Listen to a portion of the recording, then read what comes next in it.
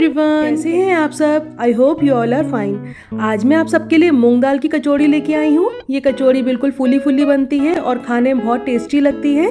तो आइए देखते हैं इसे हम कैसे बनाते हैं। मैंने यहाँ पर 1 कटोरी मूंग दाल ली है, जिसे मैंने 2 घंटे के लिए भिगो दिया था और अब मैं इसे पानी निकाल कर दरदरा पीस लूँगी। अब मैंने यहाँ पर 1/4 टीस्पून हींग ली है, जिसे मैं गर्म पानी में अच्छी तरह से घोल लूँगी और इसे एक साइड रख देंगे। इसे हम बाद में यूज़ करेंगे। आइए अब हम मूंग दाल की पीठी बनाने की तैयारी कर लेते हैं। पीठी बनाने के लिए मैंने यहाँ पर 3 चम्मच सौंफ और 1 कटोरी बेसन लिया है। तो एक कढ़ाई के अंदर थोड़ा सा तेल ले लेते हैं। इसके अंदर मैं सौंफ डाल दूंगी और सौंफ को थोड़ा सा हम भून लेंगे। सौंफ को हमने बहुत ज़्यादा जलाना नहीं है, लाल नहीं करना है, बस थोड़ा सा इसको सौटे कर लेना है। उसके बाद हम इसके अंदर बेसन डाल देंगे। बेसन डालने के बाद अगर आपको लगता है कि इसमें ऑयल कम है तो आप इसके अंदर बाद में थोड़ा सा ऑयल और ऐड कर सकते हैं, बट मुझे लगता है कि इतना ऑयल सफिशिएंट है कि जिसमें हमारा बेसन आराम से हिल रहा है। बेसन डालने के बाद हमें आंच को धीमा ही रखना है और इसे लगातार हिलाते रहना है। अगर हम इसे लगातार नहीं हिलाएंगे तो बेसन नीचे से लाल हो जाएगा और इसका टेस्ट कड़वा आएगा। तो देखिए फ्रेंड्स, मुझे इसे हिलाते हुए लगभग 5 मिनट हो गए हैं और मैं इसे कंटिन्यूसली हिला रही हूँ। अब धीरे धीरे इसका कलर चेंज हो रहा है और बेसन में से अच्छी सी खुशबू भी आ रही है। तो अब हम इसके अंदर मूंग दाल मिक्स कर देंगे। एक बार बेसन अच्छी तरह से मिक्स हो जाए और दाल के ऊपर बेसन की अच्छी तरह से कोटिंग हो जाए, उसके बाद हम मसाले ऐड करेंगे। मैंने यहाँ पर 1 चम्मच नमक डाला है और अब मैं यहाँ पर 1 चम्मच लाल मिर्च डाल रही हूँ और अब मैं यहाँ पर 1.5 चम्मच मैं यहाँ पर सूखा धनिया पिसा हुआ लूँगी और उसके बाद अब मैं यहाँ पर आधा चम्मच हल्दी डाल रही हूँ। अब मैं इसके बाद अमचूर पाउडर डालूंगी, जिसे ड्राई मैंगो पाउडर भी बोलते हैं। मैं यहाँ पर 1.5 चम्मच डाल रही हूँ और आधा चम्मच अब मैं यहाँ पर गरम मसाला डाल रही हूँ। इन सब चीज़ों को हमें आपस में अच्छे से मिक्स करना है। उसके पहले हमें यहाँ पर हींग पानी लेना है जो हमने बनाया था। अब हमें इन सब चीज़ों को आपस में अच्छी तरह से मिक्स करना है ताकि सारे मसाले आपस में अच्छी तरह से मिक्स हो जाए और हमें इसे एकदम ड्राई कर देना है। देखिए फ्रेंड्स, अब बैटर बिल्कुल ड्राई हो चुका है। इसने बिल्कुल कढ़ाई का तला छोड़ दिया है। अब मैं इसके अंदर 1 चम्मच कस्तूरी मेथी ऐसे हाथ से स्प्रिंकल करके डाल रही हूँ और अब मैं इसके अंदर आधा चम्मच बेकिंग सोडा डालूंगी। जी हाँ, बेकिंग सोडा, ये आप ज़रूर ऐड कीजिएगा। इसी से आपकी सारी कचौड़ियाँ फूली फूली बनेंगी। अब इसे मिक्स कर देते हैं अच्छी तरह से और इसके बाद हम इसे ठंडा होने के लिए रख देंगे।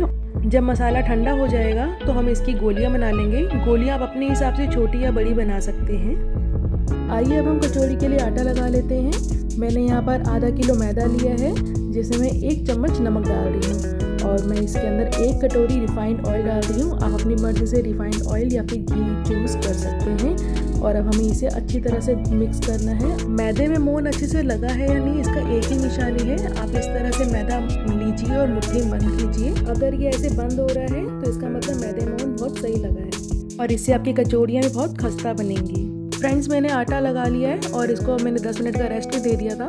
अब मैं इसको अच्छी तरह से मसल रही हूँ। इसको अच्छी तरह से जितनी देर तक मसलेंगे ना, उतना ज़्यादा इसका ग्लूटेन रिलीज़ होगा और ये अच्छी तरह से लचीला हो जाएगा। और जब ये लचीला हो जाएगा, सारी कचौड़ियाँ भी अच्छी तरह फूली फूली सी बनेंगी। तो हम इस प्रोसेस को लगभग 10 मिनट तक तो ज़रूर करेंगे, जिससे आटा अच्छी तरह से लचीला हो जाएगा। जब आप देखेंगे आटे में अच्छा सा लचीलापन आ गया है तो हम इसके पेड़े तोड़ लेंगे और अब इसके पेड़े बनाना शुरू करते हैं। मैंने यहाँ पर 1 पेड़ा ले लिया, उसको हाथ से ही हमने हथेली की सहायता से इसे फ्लैट कर लिया और इसके अंदर हमने मसाले की गोली बना रखी थी। 1 गोली डाली और इसको ऐसे डाल दिया। ऐसे गोल कर देंगे और हाथ से ही दबाकर इसको एक शेप दे देंगे कचौड़ी की। ध्यान रखेंगे इसमें कोई भी एक भी जगह खुली ना रहे। आइए मैं आपको फिर से करके दिखाती हूँ। इस तरह से हम इसे फ्लैट करेंगे, एक मसाले की गोली डालेंगे और उसके बाद इसको सारी साइड से अच्छी तरह से सील लॉक कर देंगे। इसका जो एक्स्ट्रा पार्ट होगा ना कचौड़ी का, जो मैदे का, वो हम इसको निकाल के तोड़ के बाहर निकाल लेंगे, क्योंकि हम नहीं चाहते हमारी कचौड़ी कहीं से भी मोटी या कच्ची नहीं रह जाए। तो इसको तोड़ के बाहर निकाल देंगे। इसी तरह से हम सारे पेड़ों के अंदर मसाला भर के कचौड़ी तैयार कर लेंगे।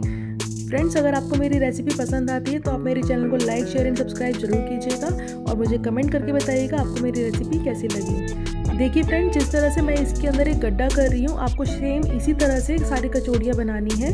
और अब हम इसे तल लेते हैं। जब या फर्स्ट टाइम कचौड़ी तलें तो आप बहुत ज़्यादा तेल ना लें। अगर आप बहुत ज़्यादा तेल लेंगे और बहुत तेज़ गरम कर देंगे तो कचौड़ियाँ सारा तेल पी जाएंगी। इस बात का खास ध्यान रखें। देखिए मेरा तेल एकदम ठंडा है, मैंने इसे ज़्यादा बहुत तेज़ गरम नहीं किया हुआ है और स्टार्टिंग में मैं सिर्फ इसके अंदर 4 कचौड़ियाँ डालूँगी। बाद में मैं कचौड़ी की क्वान्टिटी अपने हिसाब से बढ़ा लूँगी। फ्रेंड्स देखिए, जब आप कचौड़ी डालते हैं तो उसी टाइम आप करछी ना हिलाएं, ना ही इनको छेड़ें। अगर आप छेड़ेंगे तो ये फट सकती हैं। तो जब ये एक साइड से अच्छी तरह पक जाए तब हम इसे आराम से बहुत ही प्यार से इसको पलटेंगे और इसको सिकने देंगे। देखिए अभी इसे लगभग पकते हुए 5 मिनट हो गए हैं और गैस की फ्लेम भी लो टू मीडियम ही है और अब ये धीरे धीरे कलर इसका चेंज होने लग गया है और जब तक इसका कलर गोल्डन ना हो जाए तब तक हम इसे तलेंगे। और देखिए अब इसका कलर अच्छा क्रिस्पी गोल्डन कलर हो गया है और ये अच्छे से खस्ता बन चुकी है। तो अब हम इसे निकाल लेंगे और नेक्स्ट बैच डालेंगे और इसी तरह से हम अपनी सारी कचौड़ियाँ बना लेंगे। देखिए फ्रेंड्स, मेरा फर्स्ट बैच तल चुका है, अब मैं सेकंड बैच डाल रही हूँ और इस बार मैंने 7 कचौड़ियाँ डाली हैं और इनको भी मैं सेम प्रोसीजर तलूँगी। सिंपल ही तलूँगी, जब एक साइड से पक जाएंगी फिर इनको पलटूँगी और सुनहरा होने तक इनको करूँगी। और साथ साथ मैं अपनी कचौड़ियाँ बना भी रही हूँ और एक साइड पे तल भी रही हूँ, तो दोनों काम साथ साथ हो रहे हैं। तो मैंने इतने आटे के अंदर 50 से 60 कचौड़ियाँ बना ली हैं। डिपेंड करता है कि आप साइज़ कितना बड़ा या छोटा रखते हैं। मैंने छोटा साइज़ रखा था इसलिए 50-60 बन गई। सो फ्रेंड्स, मेरी सारी कचौड़ियाँ बन चुकी हैं और ये बहुत ही खस्ता और बहुत ही यम्मी बनी है। आप इन्हें ऐसे ही सिंपल भी खा सकते हैं या फिर आलू की सब्ज़ी के साथ भी खा सकते हैं। आप इसे ज़रूर ट्राई कीजिएगा और मुझे कमेंट करके बताइएगा आपको मेरी रेसिपी कैसी लगी। फ्रेंड्स, जब आप कचौड़ी बनाते हैं तो मैं आपको कुछ टिप्स दे रही हूँ जिनका आप खास ध्यान रखिएगा।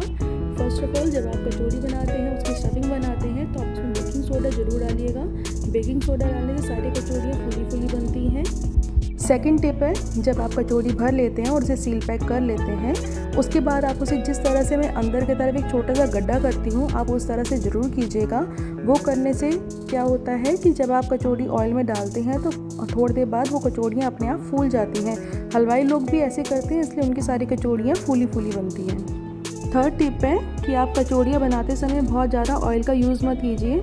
जब आप बहुत ज़्यादा ऑयल डालते हैं तो कचौड़ियाँ ज़्यादा ऑयल पीती हैं, तो ज़रूरत के हिसाब से आप थोड़ा थोड़ा ऑयल ले लीजिए।